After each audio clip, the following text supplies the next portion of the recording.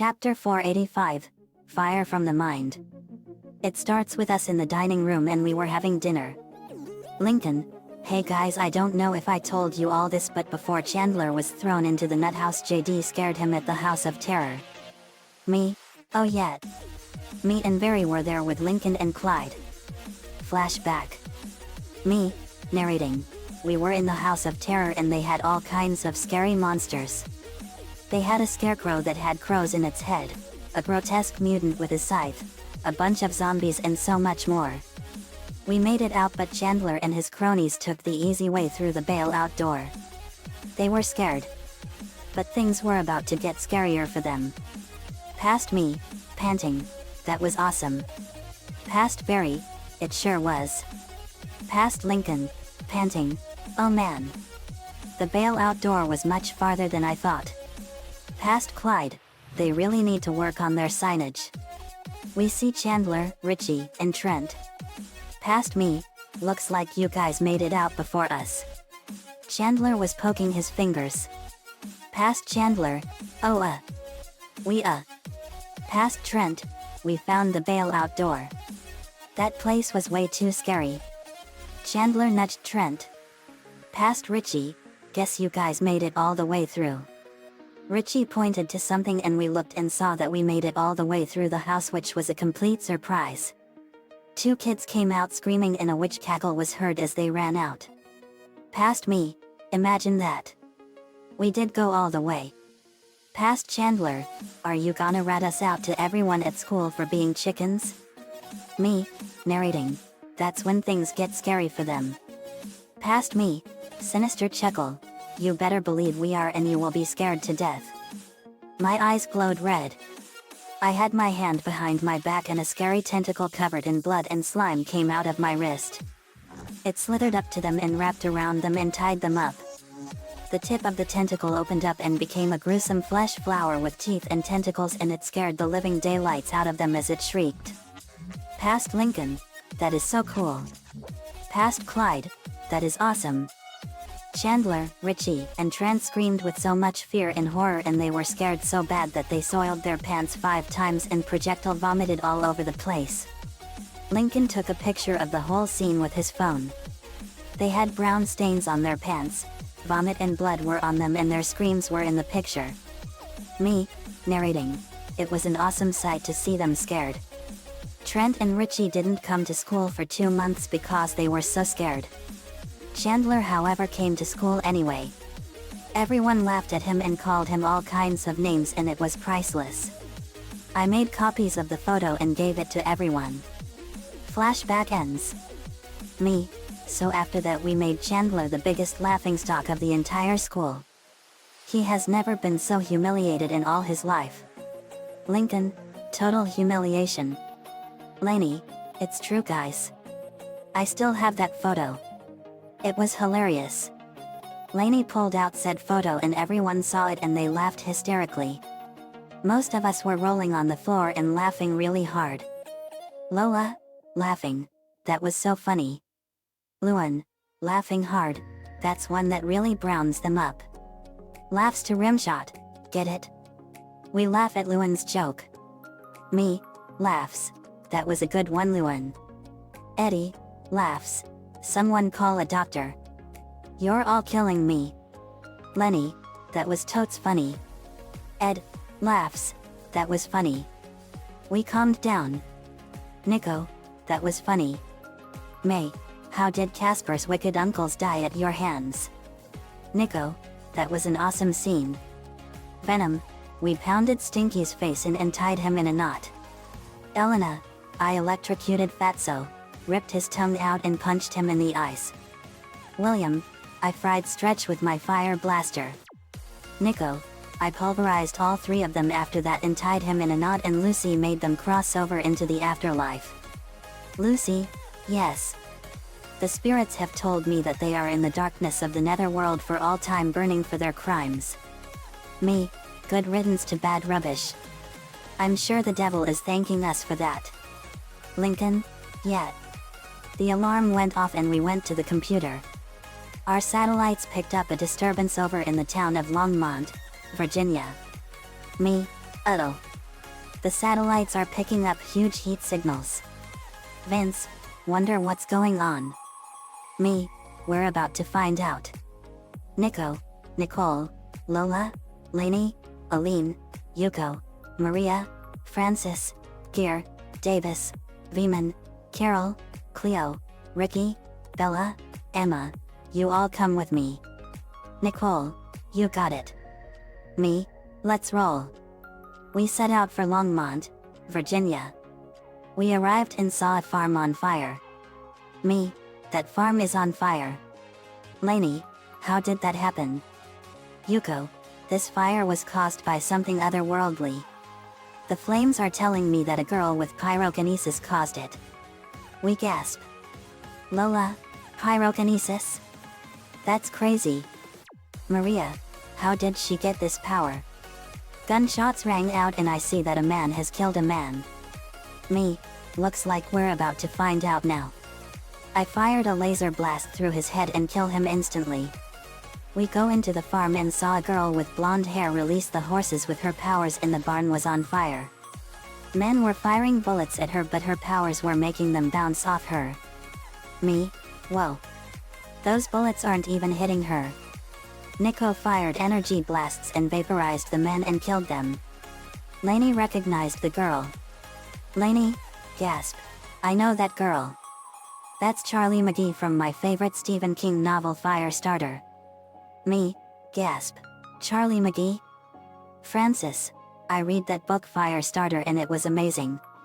Charlie reminds me of myself when I still had my fire powers. Gear, are you kidding? Your powers were never out of control like Charlie's is. Maria, don't worry, Richie. If things get out of hand, I can use my powers to put out her flames. Carol, I know Firestarter all too well. She got her powers at a government facility called the Shop. She got them from a chemical they have called Lot 6. It gave her pyrokinesis and she and her father were gonna be used as weapons. But they escaped and went on the run. Vince, that is really sick. Me, you said it, partner. Go to the President of the United States and let him know what's going on.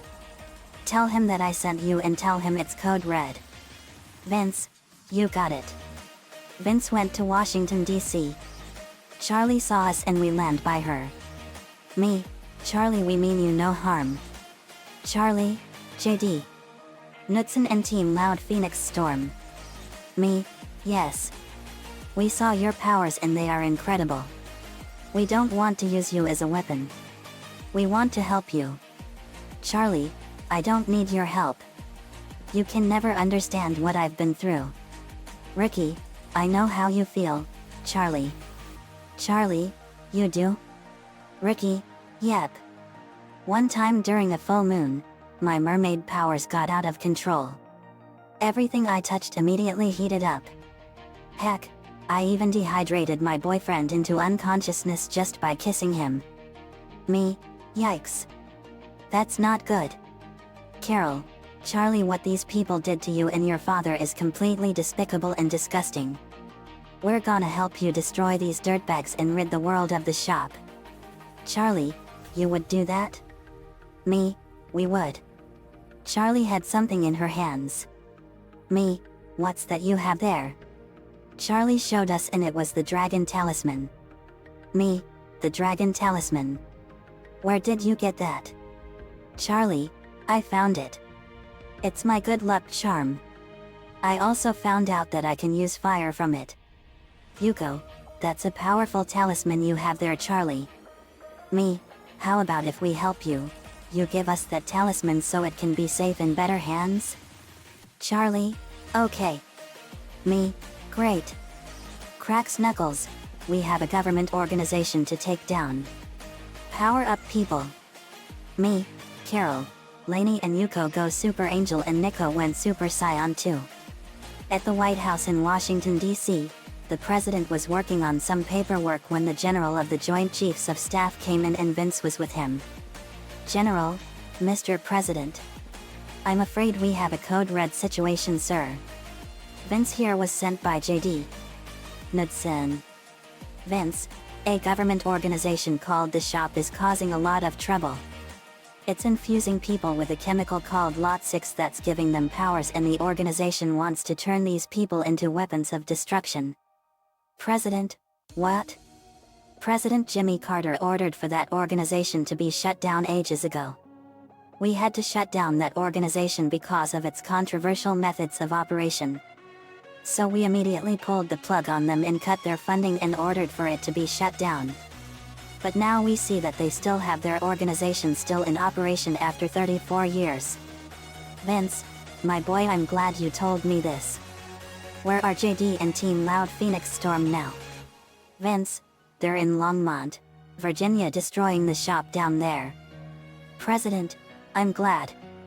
Vince, also sir, from what I remember there is a shop base located in Maui in Hawaii. President, I'll destroy that base with the MOAB bomb. Thank you for telling me this. Tell JD to kill everyone in the Longmont base and leave no one alive. Vince, yes sir, Mr. President. Vince left. President, General, get me Travis Air Force Base in California. General, yes sir. Firestarter Ost. Flash final plays. We were blasting apart all of the shop people and killing everyone we see. We fired fire blasts, bullets, and powerful water blasts and lightning blasts at them. The body count was piling up. Demon was now Flamed Ramon. Flamed Ramon, they just keep on coming. Echoing, fire rocket. He fired fireballs at the men and women. William was firing fire blasts and more from his blaster. Carol fired atomic rays and turned the whole area into a massive sea of fire. We then turned our sights on the mansion that was the Longmont shop base. We blew helicopters from the shop out of the sky as well. Me, Yuko, Lola, Aline and Charlie fired fireballs and blasts at the mansion and burning it all. William fired fire blasts. William, let's use our combo Flamed Ramon. Flamed Ramon, you got it William. Echoing, fire rocket. Flamed Ramon fired fireballs at the mansion and William fired fire blasts. William and Flamed Ramon, flaming rocket blaster. The blasts combined and the whole mansion exploded into a massive fireball that blew the whole building apart. The whole mansion and area around it was fully engulfed in flames in a raging inferno. Me, go to hell. Nicole sealed all of the shop into the Book of Vile Darkness. Nicole, never again will you mess around with Mother Nature. Charlie was crying hard. Charlie, crying, for you daddy. I hug her and comfort her. Me, it's okay Charlie. It's okay. Vince landed and he saw the intense destruction. Vince, whoa. Carol, we killed all of them Vince. Vince, I had a feeling you did. The president ordered for no one here to be left alive. President Jimmy Carter ordered for this place to be shut down 34 years ago after getting word of their insane and inhumane experiments. Aline, so this place was still in operation even after the president ordered for it to stop.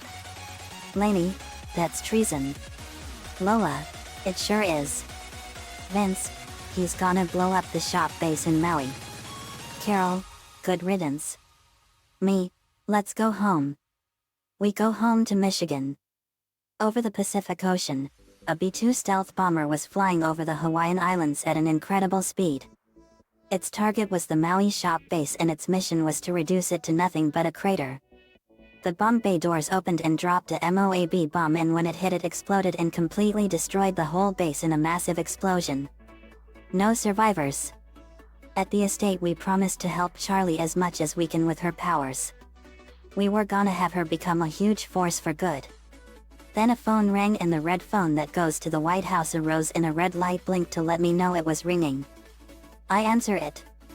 Me, JD Knudsen here. President, JD, the shop in Maui was completely eradicated by a MOAB bomb. Me, excellent Mr. President. Good riddance to bad rubbish. President, indeed.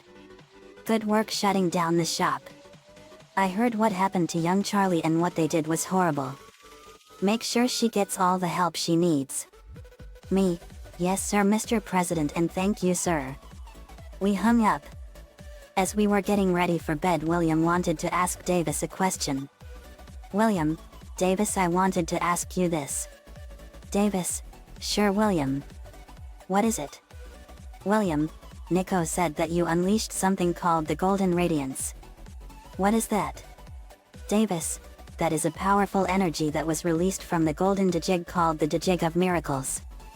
It was used to help Veman become Magnaman. It was in the core of Ken's base and I released it when we destroyed it. It was the power source for the base and I released it and the Digimon got their power back. William, whoa. That's amazing. Davis, it is. What is the world of Lyoko?